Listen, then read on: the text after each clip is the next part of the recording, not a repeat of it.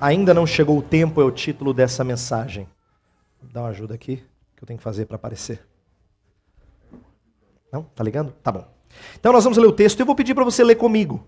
Assim a gente juntos pensa no texto que nós vamos refletir nessa manhã, tá bom? Olhe para o sua ordem de culto aí para o boletim. Vamos ler juntos esse texto, Ageu capítulo 1, verso 1 a 11. Leiamos. No primeiro dia do 6º mês, do 2º ano do reinado de Dario, a palavra do Senhor veio por meio do profeta Ageu ao governador de Judá, Zorobabel, filho de Sealtiel, e ao sumo sacerdote Josué, filho de Jeozadaque, dizendo: Assim diz o Senhor dos exércitos, este povo afirma: ainda não chegou o tempo de reconstruir a casa do Senhor. Por isso, a palavra do Senhor veio novamente por meio do profeta Ageu. Acaso é tempo de vocês morarem em casas de fino acabamento, enquanto a minha casa continua destruída? Agora, assim diz o Senhor dos exércitos: vejam aonde os seus caminhos os levaram. Vocês têm plantado muito e colhido pouco. Vocês comem, mas não se fartam. Bebem, mas não se satisfazem.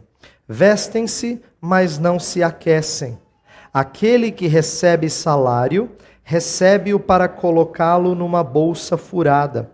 Assim diz o Senhor dos exércitos: vejam aonde os seus caminhos os levaram.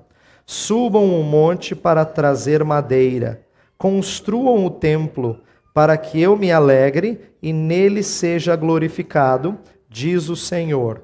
Vocês esperavam muito, mas eis que veio pouco. E o que vocês trouxeram para casa, eu dissipei com um sopro. E por que eu fiz? Pergunta o Senhor dos exércitos. Por causa do meu templo, que ainda está destruído, enquanto cada um de vocês se ocupa com a sua própria casa. Por isso, por causa de vocês, o céu reteve o orvalho, e a terra deixou de dar o seu fruto. Nos campos e nos montes provoquei uma seca que atingiu o trigo, o vinho, o azeite e tudo mais que a terra produz, e também os homens e o gado. O trabalho das mãos de vocês foi prejudicado. Isso. Então, aqui eu tinha o texto. Eu gostaria de, antes da gente começar a exposição, nós orarmos mais uma vez, porque nós temos que olhar para esse momento do culto como sendo um momento que Deus fala conosco de forma muito direta. Por quê?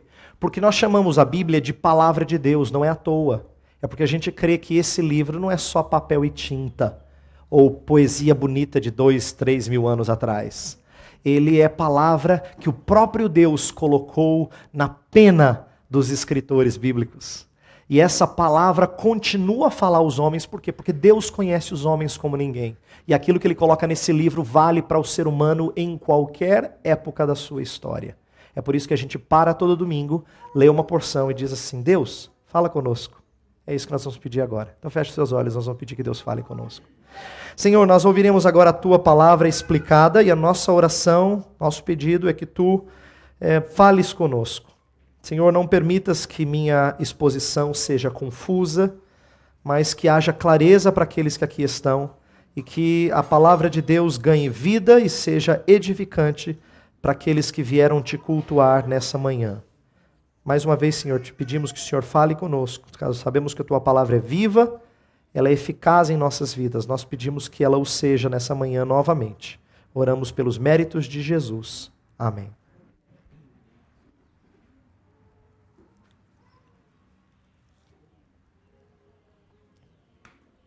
Quero que você pense comigo algumas coisas que estão ligadas a esse texto. Quero que você pense no problema do tempo. Talvez você seja como eu, que parece que sempre tem problema com o tempo. Eu tenho. E hoje de manhã eu já senti isso. E vários dias da semana parece que a gente tem problema com o tempo. Não só de questão de chegar no horário, não é isso que eu estou falando. Estou falando de mais coisas. Estou falando de como a gente sente que parece que está sempre brigando com o tempo. Veja só, você não sente às vezes que você está brigando com o tempo? Um amigo me disse uma frase que eu achei muito boa. Ele disse assim: quando sentimos-nos ocupados demais, falta-nos tempo para as pessoas mais importantes. Eu comecei a pensar na minha esposa, na família, e falou: não, a começar de Deus. Por quê? Porque o nosso raciocínio é assim: quando a gente tem muita coisa para fazer, a gente deixa de lado aqueles que vão nos entender melhor. Aqueles que vão nos compreender melhor, aqueles que vão perdoar e dizer: não, eu sei que fulano está cheio. Eu sei que ela está ocupada. Mas a gente não começa com a nossa família, a gente começa com o nosso Santo Deus, porque a gente entende que Ele vai nos compreender. Como é ruim estar em briga com o tempo, sentindo que a gente não está conseguindo fazer o que nós deveríamos fazer, inclusive no cuidado das nossas vidas, o cuidado espiritual das nossas vidas, tá? Mas às vezes não é brigar com o tempo, às vezes é postergar o tempo, o nosso dilema, né? Cada fase da vida parece que oferece possíveis impedimentos para um maior envolvimento com o reino de Deus. É interessante como, quando a gente fala de envolver-se num trabalho na igreja, seja uma congregação como essa que está começando, ou mesmo final de ano, nós acabamos de passar por um período de final de ano, e você ter diretoria do próximo ano, normalmente existe uma postura comum de esquivar-se de responsabilidades. Não é a pessoa dizendo assim: não, eu não acho que deva servir a Deus. É porque realmente está difícil, sabe? Tenho muita coisa. Então veja só, e isso não é só seu ou daquela pessoa que você conhece, é de todo mundo. Quando a criança é desafiada a ir na igreja, e ela está fazendo alguma outra coisa que ela gosta, ela costuma dizer assim: ah, mamãe, eu quero brincar um pouquinho mais, né? Tá, a criança não quer ir na igreja, porque domingo à tarde está brincando, aí o culto à noite, ela vai quebrar a brincadeira. Então ela tem alguma coisa que seja mais importante. Ela precisa ser ensinada, mas por enquanto ela tem alguma coisa mais importante do que ir à casa do Senhor. Mas aí a criança cresce, vira adolescente, e adolescente é o seguinte: é chato. Porque o adolescente, ele foi treinado a pensar que o lugar que ele tem que estar porque é divertido. Né? Tanto é que quando a gente pensa em professor de escola dominical de adolescente, a gente pensa numa pessoa engraçada. Normalmente as pessoas têm esse conceito. Por quê? Porque o adolescente já antevê o divertido. E a gente, então, entende que se não for divertido, ele não vai. Então tem que fazer divertido para ele ir. Mas olha como ele posterga a ideia de envolver-se no trabalho. Mas ele cresce, fica moço. E aí tem vestibular, faculdade, preparar para a sua carreira. Então assim, não dá, porque a faculdade que eu estou fazendo é pesada, tempo integral. O pastor tem que entender. Eu tenho que investir no meu futuro. Então ele vai se dedicar à sua faculdade. Ou senão, ele entra no mercado de trabalho. Então é o seguinte: casa, tem filhos, aí fica complicado, a gente sabe que fica difícil, né? E aí vai chegando uma idade em que nós não queremos mais nos envolver, porque já passou, deixa os mais novos, eu não tenho mais vigor. É impressionante como em cada fase da vida sempre dá para postergar. Sempre, sempre. É um espírito nosso, não é uma coisa de um período. Não é verdade que a gente fala assim: ah, vai passar. Não passa. Se não for corrigido, não passa. Nós brigamos com o tempo ou nós postergamos o tempo.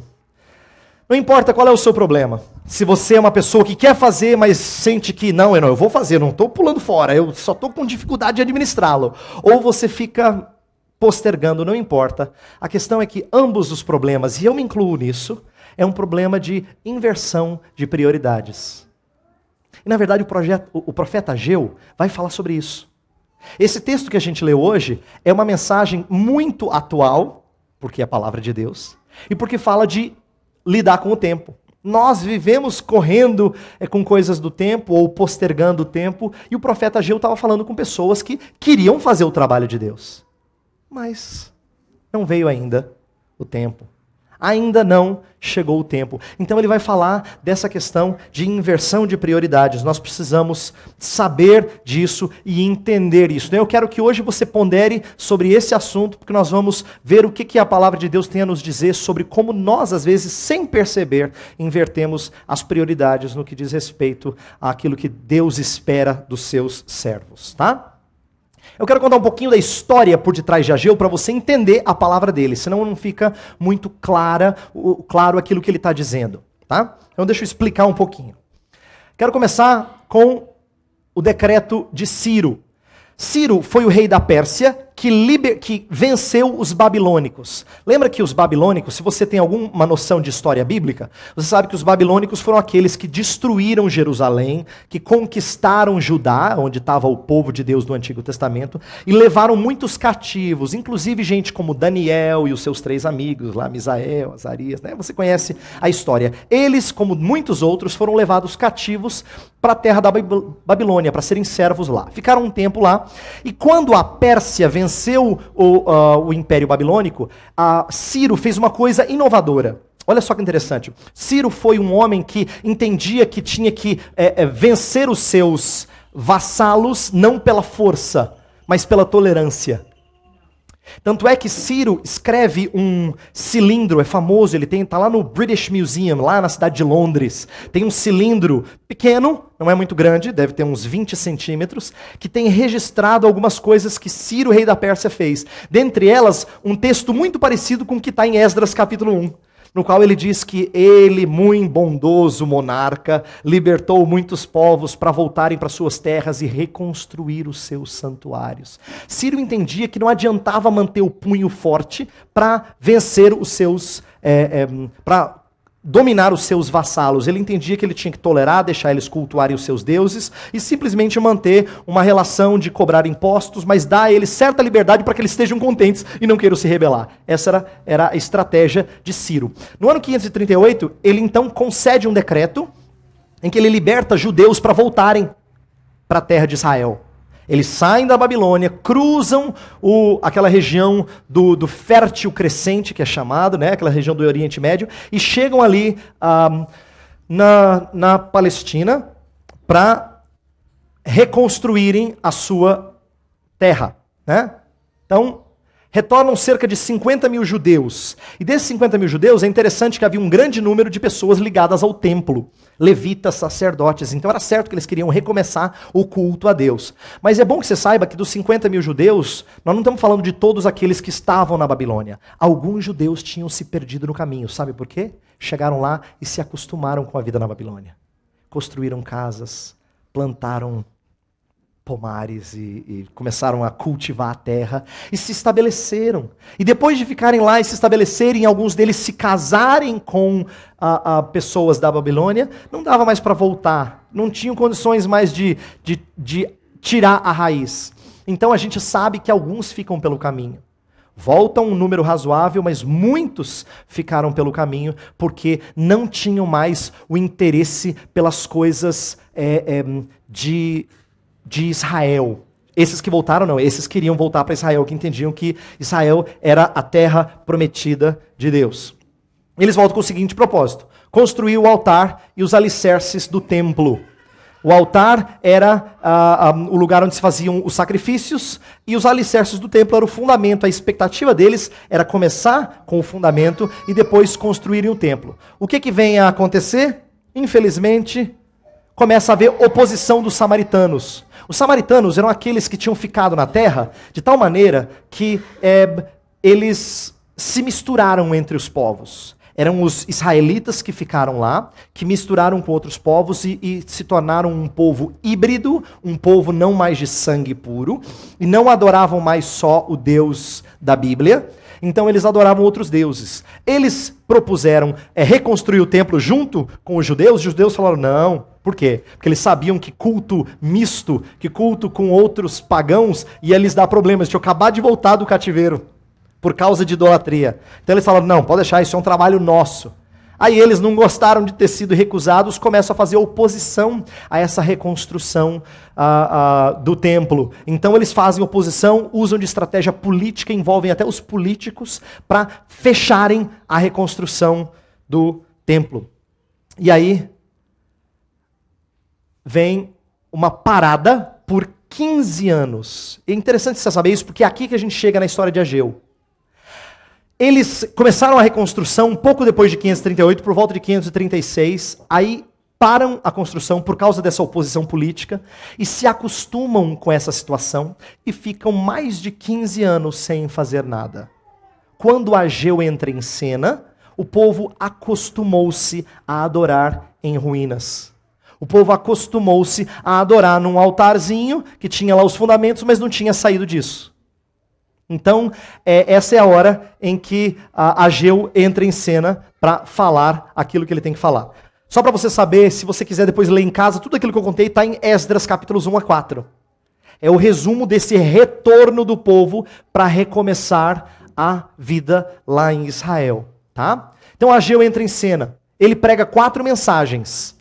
Tá aí a divisão. Hoje nós vamos pegar uma parte da primeira mensagem, que é a mais longa. Eu vou terminar ela domingo que vem, Deus quiser. Depois a gente vai pegar as outras. E todas foram proclamadas no ano 520. Então veja, por isso que eu falei 538, um tempo depois eles reconstruíram o templo e ficaram parados por mais de 15 anos. 520, Ageu entra em cena e ele prega 4 mensagens em 4 meses. E é tudo que se sabe de Ageu.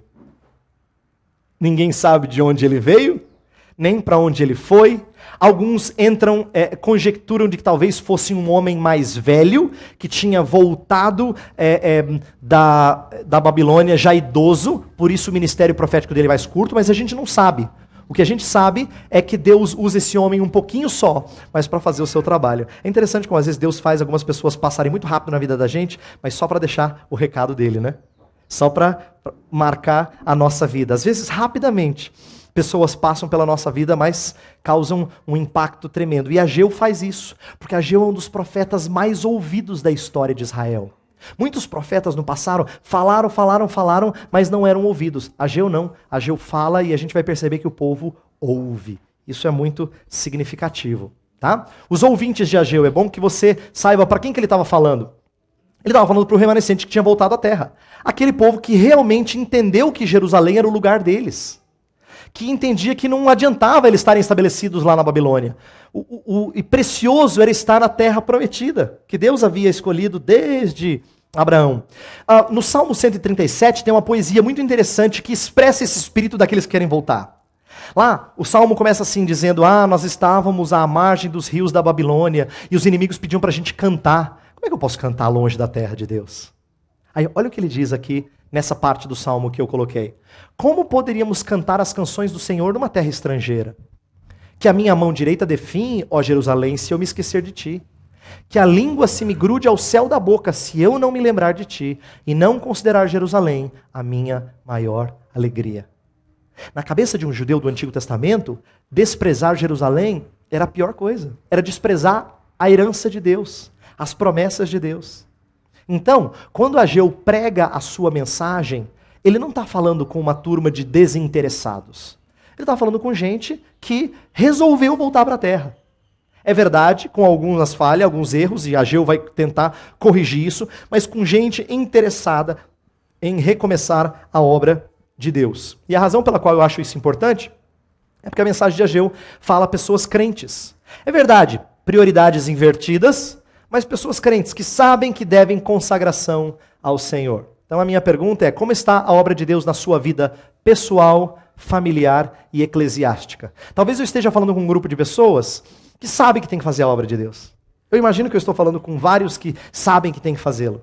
Talvez não gastaram tanto tempo, não dedicaram tanto tempo das suas vidas, ou não focaram as suas famílias bem, mas sabem que tem que fazê-lo. Aquilo fica martelando na cabeça. Como martelava na cabeça desses que ouviam Ageu na época em que ele profetizou. Tá? Isso é bom. É bom a gente saber que às vezes Deus fala com aqueles que são seu povo. Que precisam de correção, é verdade. Que estão com as prioridades invertidas. Mas ainda assim, seu povo. Deixa eu agora, então, começar a explicar o que Ageu vai falar nessa profecia. Ele começa falando do pecado. E o pecado do povo qual era? Era não ter construído a casa, não ter construído o templo. Essa era a questão que estava em jogo, que Ageu precisa falar a eles. Então veja só. Essa mensagem é dirigida aos líderes. Se você olhar para o texto que está impresso aqui no boletim, lá no verso 1, fala que essa mensagem veio ao governador de Judá, Zorobabel, e ao sumo sacerdote Josué. Então veja que veio ao líder político e eclesiástico. Por que isso é importante? Porque Ageu vem falar numa época em que as duas pessoas que deveriam liderar o povo não estavam fazendo o seu trabalho devidamente. Até eles tinham perdido a visão. A visão de voltamos para a terra para reconstruir, para recomeçar. Até eles tinham perdido a visão. Até eles precisavam de um chacoalhão de Deus. O tema era o desprezo para com a casa de Deus. É bom que você saiba que esse é o tema principal do livro de Ageu. E eu vou falar aqui da casa de Deus nos próximos domingos. Mas quando eu falar da casa de Deus, lembre-se que a imagem material do Antigo Testamento não é a mesma imagem do Novo Testamento. Né? No Novo Testamento, Deus não exige que você coloque blocos. Não acredito que vocês não fizeram a reforma da igreja. No Novo Testamento não existe essa preocupação com o templo físico, mas no Antigo, o templo físico era o emblema da presença de Deus. Não reconstruir a casa do Senhor era desprezar a presença de Deus com eles. Então, era sério que Ageu falasse desses assuntos. Ou se não, no mínimo, o não construir a casa do Senhor era entender que Deus podia ficar em qualquer lugar. E não dar ao Senhor aquilo que o Senhor havia exigido fosse feito. Então é por isso que Ageu gasta o seu tempo, a sua mensagem, falando desse tema, de cuidado da casa do Senhor. E a alegação do povo, por não ter construído a casa do Senhor, é: não veio ainda o tempo. Não chegou ainda. Quero que você entenda que não é que a gente não quer fazer, é que ainda não deu. Por que eles estavam alegando isso? Porque de fato haviam dificuldades. Eles estavam enfrentando algumas dificuldades. Eles estavam enfrentando dificuldades econômicas, eles tinham enfrentado dificuldades de ordem política e social. Eles entendiam que ainda não tinha chegado o tempo. Mas não é que eles não queriam fazê-lo. Suas casas, porém, eram de fino acabamento. Essa é a resposta de Deus. Engraçado, não chegou o tempo, mas a casa de vocês está, está uma maravilha. Está bonita, está luxuosa. Tem acabamento fino, né? Isso, na verdade, é o que é expresso lá em Filipenses, quando fala assim: todos buscam os seus próprios interesses, e não os de Jesus Cristo. Esse é um texto que interpreta o que estava acontecendo nos dias de Ageu. Eles falavam assim: olha, não é que a gente não quer construir, é que não chegou a hora ainda. Mas aí Deus fala com eles assim: presta atenção na casa de vocês. Por que chegou o tempo de cuidar da casa de vocês e não da minha casa? É interessante que o espírito do povo era de postergar.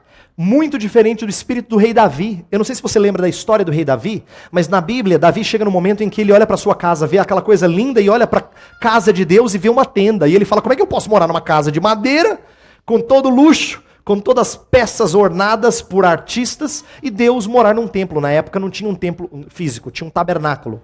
Perdão, tinha uma tenda. Era um tabernáculo, era montado de tecido. Então ele resolve construir a casa de Deus. Davi entendia que tinha chegado o tempo, que não podia continuar assim. Mas o povo, na época de Ageu, achava que ainda não tinha chegado o tempo. Sabe, eu acho que isso fala conosco em que sentido?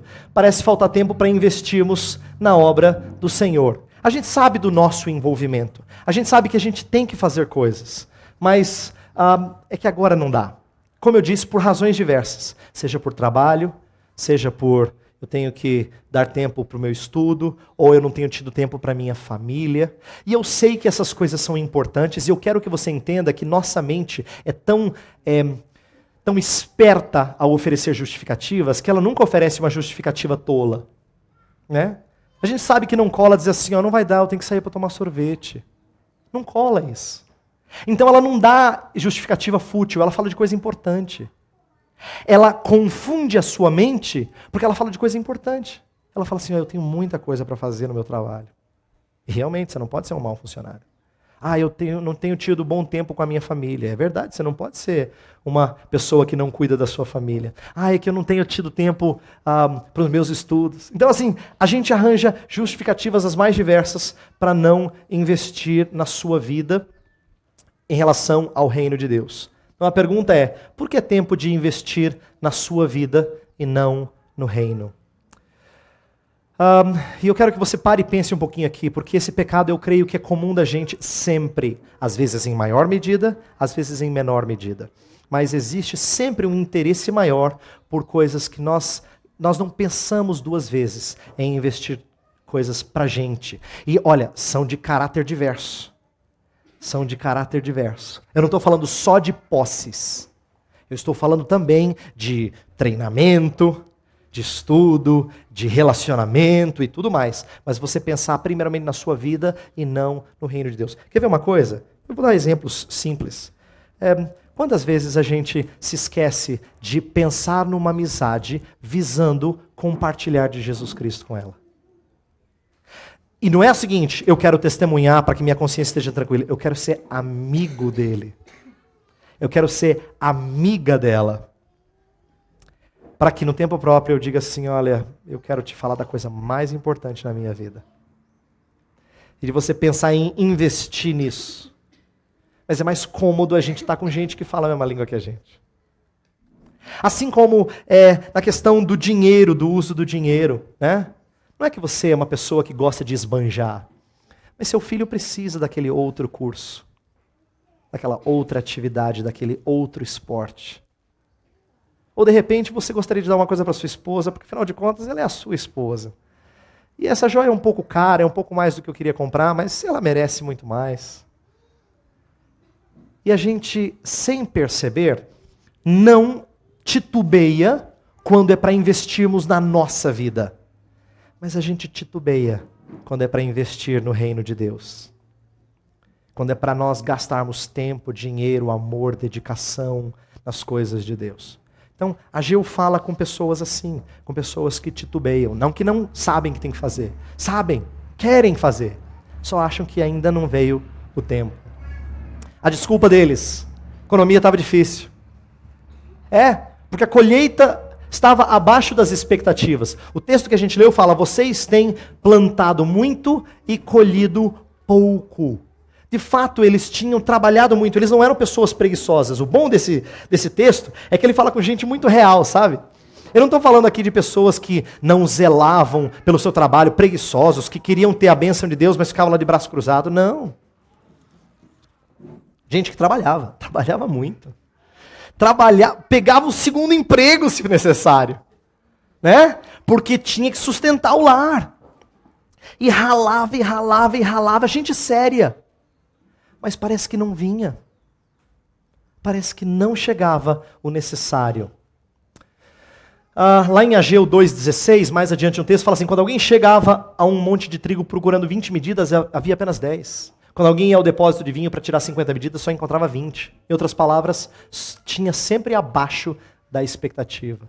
Eles estavam... Veja, eu quero que você entenda o seguinte. A desculpa deles é a economia. E eu falei que a nossa mente é sagaz para trazer justificativas que são razoáveis. Então, não é que eu não queira investir, é que agora não dá. Só quero que você entenda isso. Agora não dá. Porque a economia está difícil. A economia está nos apertando um pouco. E essas justificativas, elas são mais convincentes porque elas são sérias. Você fala, de fato, a economia está difícil. Então é melhor a gente tomar cuidado, não esperava que ia vir mais, e não veio. Mas, estudando esse texto, eu aprendi uma coisa com um autor que eu mesmo não tinha atentado tanto para ela, mas eu acho que ela é significativa. Esse autor, chamado J. Alec Motyer, fala assim, que o problema deles não era econômico. O problema deles era insatisfação. Eles tinham dinheiro, eles tinham o que eles precisavam, mas parecia-lhes escapar da mão. Olha para o texto que está impresso aqui, olha o verso 6. Fala assim, vocês comem, não é que não comem, mas não se fartam. Bebem, mas não se satisfazem. Vestem-se, mas não se aquecem. Então não é que eles não tinham comida, bebida e o que vestir, eles tinham o que era necessário. Aquele que recebe salário, recebe-o para colocar numa bolsa furada. Você já não teve a impressão de que parece que o dinheiro escapa pelas mãos? Que parece que você trabalha, luta, e parece que não dá o que você esperava. Sempre apertado. Então entenda o seguinte, o texto não está dizendo que eles eram pobres, e é isso que eu quero trazer para você, para que fique mais real esse contexto bíblico. E você perceba que ele tem mais a ver com você do que a gente pensa. Não estava falando de gente que estava tão pobre que não tinha o necessário. Eles tinham tudo o que eles precisavam. É que estava abaixo das expectativas deles, e abaixo da expectativa significa insatisfeito. Porque é comum a gente desejar só mais um pouquinho. Eu não quero muito. É só aquele extrazinho que vai né? Você falava isso 10 anos atrás, quando você já tinha um extrazinho em relação ao seu primeiro emprego. Mas depois vem um outro extrazinho que é importante, porque agora entrou coisa nova na família. E depois você precisa daquele outro extra. Sabe por quê? Presta atenção nisso. Aquilo que no passado era luxo, hoje é necessidade. Não é difícil a gente perceber isso. Você compra um carro? Quem é que não compra um carro com ar-condicionado, né? Mas antigamente era luxo. A gente vivia... E a gente olha para trás e fala assim, como é que alguém vivia com um carro sem ar-condicionado? Tem gente que ainda fala assim, né? Como se não lembrasse desse tempo. Ou senão, a gente entende que o celular tem que ser esse tipo de celular. Ou o computador que demora para abrir desse jeito, não é possível. Como é que dá para trabalhar num computador desse? Não dá para trabalhar. Você trabalhava num computador desse 5 anos atrás. Mas agora não dá. E para você investir para ter um melhor, custa só R$2.000 a mais. Pensa no que dá para fazer com R$2.000. Mas não, é para você ganhar 30 segundos de tempo na hora de abrir o seu computador. Que caro esses 30 segundos. Né? É caro. Mas é necessário. É muito importante. Porque não dá para trabalhar assim, se não for assim. Eu quero que você entenda que a nossa mente é muito sagaz, o nosso coração é muito inteligente em oferecer aquilo que nós entendemos que é necessário. A gente precisa ter. A gente tem que ter. Então o problema não era econômico, e o nosso problema hoje não é econômico. Inclusive, eu tive a chance de conversar com algumas pessoas no passado sobre isso aqui, ó. Olha a nossa desculpa no Brasil de 2012. Você já usou essa expressão várias vezes. Pastor, eu não quero ser rico. Deus sabe disso. Não, dinheiro nenhum. Eu só quero ter estabilidade financeira. Sabe, eu trabalho numa universidade com muita gente que não conhece a Jesus Cristo. E eles também, tudo que eles querem é estabilidade financeira. A maioria das pessoas que conversam, ninguém quer ser rico. Um ou outro, claro, mas muitos não, eu só quero ter estabilidade financeira. Por quê? Porque é bom você não ter preocupação. O problema é que o livro de Provérbios fala assim, ó, não se fie no seu dinheiro. Não descanse naquilo que você obtém. Por que a gente quer estabilidade financeira? Porque a gente quer estabilidade. E não espera essa do Senhor. Eu estou dizendo isso porque isso tem se tornado cada vez mais comum. Eu vou contar alguns exemplos aqui. Eu tive chance de conversar com um moço, filho de pastor. Um moço joia, crente, eu nem achei que ele tinha esse problema. Mas um dia veio no meu gabinete conversar comigo. Falou assim, pastor, estou triste. Ele estava triste mesmo. Chorou, tadinho. Estava com o coração bem arrebentado. Eu falei, o que foi? Ele falou, minha namorada terminou comigo. Por quê? Uma moça crente, eu sou moço crente. Mas ela cansou. Ela cansou de me ouvir falando que quando a gente tivesse X, a gente ia casar. Ela cansou. E eu falei assim para ele, fulano, parabéns para ela. Parabéns para ela. Que moça joia, quero conhecer essa moça. Ela acertou na veia. Porque ele criou uma expectativa tal que você tem que ter ao menos aquela expectativa para você então tomar um grande passo como casar. É igual filhos. A gente faz assim também. A gente quer filhos, mas agora não dá. A gente vai esperar uns 5, 6 anos, aí o negócio vai engrenar e a gente vai pensar em filhos. Aí 5, 6 anos não engrena, e agora? Não engrenou. E agora? Vai ter ou não vai ter? Mas porque é importante a gente ter a tal da estabilidade financeira. Isso vale para casamento, para filhos, para dízimo. Eu quero muito dar o dízimo, sabe? Eu sei que é importante a gente ajudar na igreja. Realmente é que agora não está dando. A coisa está apertada lá em casa. Mesma coisa você faz quando você pensa em missões. Puxa, quantas vezes eu pensei assim? Quantas vezes você não pensou assim? Olha, missionário veio lá na igreja, mexeu comigo. Puxa, que dificuldade, vai para uma terra distante. Precisa ajudar em missões. Mas se você chega no domingo em casa e você liga a televisão, assiste o Fantástico, aí você esquece. Aí depois na segunda-feira tem outra coisa, tem muita coisa no trabalho, aí você esquece. Aí passou, aí depois vem um outro missionário e você falou assim, puxa vida, eu tinha falado que eu ia ajudar em missões da outra vez, né? Tudo a gente posterga por causa dessa maldita estabilidade financeira. E eu estou dando esse exemplo porque ele é comum hoje. E ele atinge, inclusive, a gente. Sinto dizer isso, mas ele atinge a gente. Eu já pensei assim, você já pensou assim. Que para fazer alguma coisa, a gente quer chegar num patamar. O que eu quero que você saiba é o seguinte, para investir nas coisas de Deus, para investir em coisas preciosas, você não precisa chegar no patamar. Você não precisa chegar. Essa é expectativa sua, não de Deus. Essa é sua, não é de Deus. Deus não fala, você tem que ter X para casar, para ter filhos, para dar dízimo, para missões, o que seja. Essa é uma coisa que nós colocamos exatamente o erro do povo na época do profeta Ageu. Então, eu quero que você pondere um pouquinho sobre como isso é comum e como isso tem afetado a gente. Deus, então, traz a palavra bonita, e eu vou terminar com isso aqui. A exortação é, dê uma olhada na sua vida. Dê uma olhada na sua vida. Por que eu quero chamar a atenção disso? Porque essa é uma expressão que é Deus falando assim, acorda. Está lá no versículo 5, no verso 7. Se você olhar, ele fala assim, olha para onde os seus caminhos o levaram. Olha onde você foi parar. Eu estava falando de filhos há pouco e eu lembrei de um exemplo de uma pessoa que eu pastoreei e falou assim, pastor, me arrependo amargamente. Uma mulher de quase 50 anos que tinha uma filha de 9, 10, disse assim, eu queria tanto ter começado antes. Mas eu disse para mim que não queria filhos, disse até o dia que eu engravidei. Aí eu olhei para trás e agora eu vejo quão gostoso é e me arrependo amargamente. Por quê? Porque às vezes nós não atentamos para algumas coisas antes. Nós pensamos de forma egoísta e às vezes de forma até justificada. Deus fala assim, olha para a sua vida. Dê uma olhada para a sua vida. E quando ele fala isso, ele está pedindo para a gente repensar a nossa conduta. Isso é repetido várias vezes no livro do profeta Ageu. É um livro de 2 capítulos. 5 vezes Ageu fala assim, de alguma maneira diz assim, presta atenção. Acorda. Para o que eu tenho de falar. Repensar a conduta e os consequentes resultados. Opa. O que Deus diz aqui, que é interessante, é que era juízo deles. Juízo de Deus. Juízo de Deus para com eles. Deus fala assim, olha, o que tem acontecido aqui é que eu estou pesando a mão. Sabe por que a economia não está lá do jeito que vocês esperam?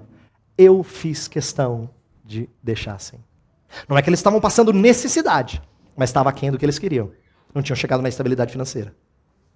Mas Deus disse assim, isso fui eu que tirei. O que vocês trouxeram para casa, eu dissipei com o sopro, diz no verso 9. E no verso 10 ele fala assim, eu segurei o orvalho. E o orvalho era importante numa região tão árida. Era chuva. Era o que movimentava a economia. Eles viviam de agricultura. Se não tinha orvalho, não tinha alimento. Não tinha as 3 coisas principais. Azeite, vinho e a trigo, que está no texto ali. E Deus fala, foi exatamente o que eu afetei. As principais coisas da economia de vocês. Eu fiz isso. Sabe por que Deus faz isso? Porque isso está ligado às maldições do pacto. Deus tinha dito lá em Deuteronômio que ele traria maldição ao povo, caso o povo desobedecesse. Se vocês obedecerem, eu vou lhes abençoar. Se vocês desobedecerem, eu vou lhes amaldiçoar. Mas Deus faz isso porque Ele ama o seu povo, para acordar o seu povo. Olha o que eu aprendi essa semana estudando para essa mensagem. Olha o que esse texto diz. Deus fala, concedeu-lhes o que pediram, mas fez definhar-lhes a alma. O salmista diz que Deus deu a eles o que eles queriam, mas isso fez a alma deles definhar. Sabe o que eu acho que esse texto ilustra? O senso de insatisfação que Deus dá para despertar a gente do nosso marasmo. Às vezes Deus fala assim, você quer? Vou te dar. E aí você tem e fala, gente, está faltando. Tão triste isso. Quando Deus dá um senso de que está faltando, de insatisfação, pois Deus está fazendo isso para despertar você, para acordar você, para aquilo que falta na sua vida.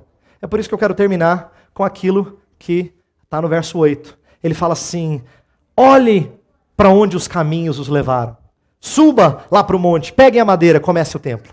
Essa é a chamada, é só isso que a Ageu quer despertá-los para fazer. Acorda, façam isso, cuidem do templo.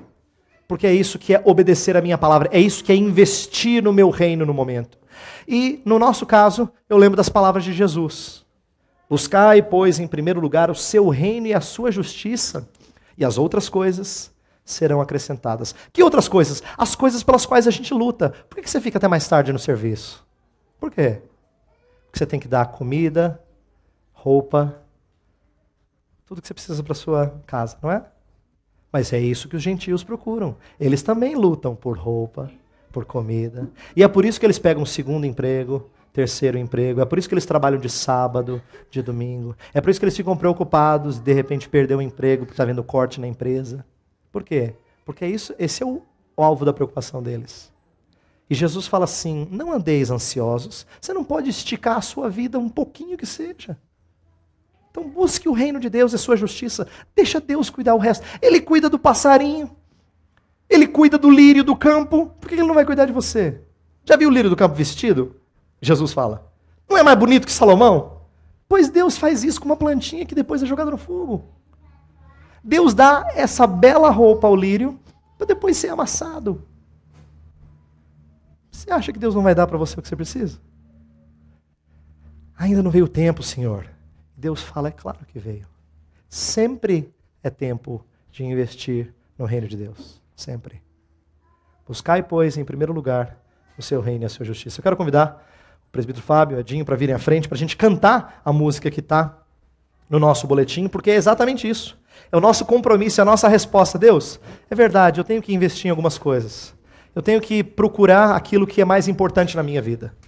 Então, me ajuda a não perder o foco. É essa música. Buscai, pois, em primeiro lugar, o reino de Deus e a sua justiça.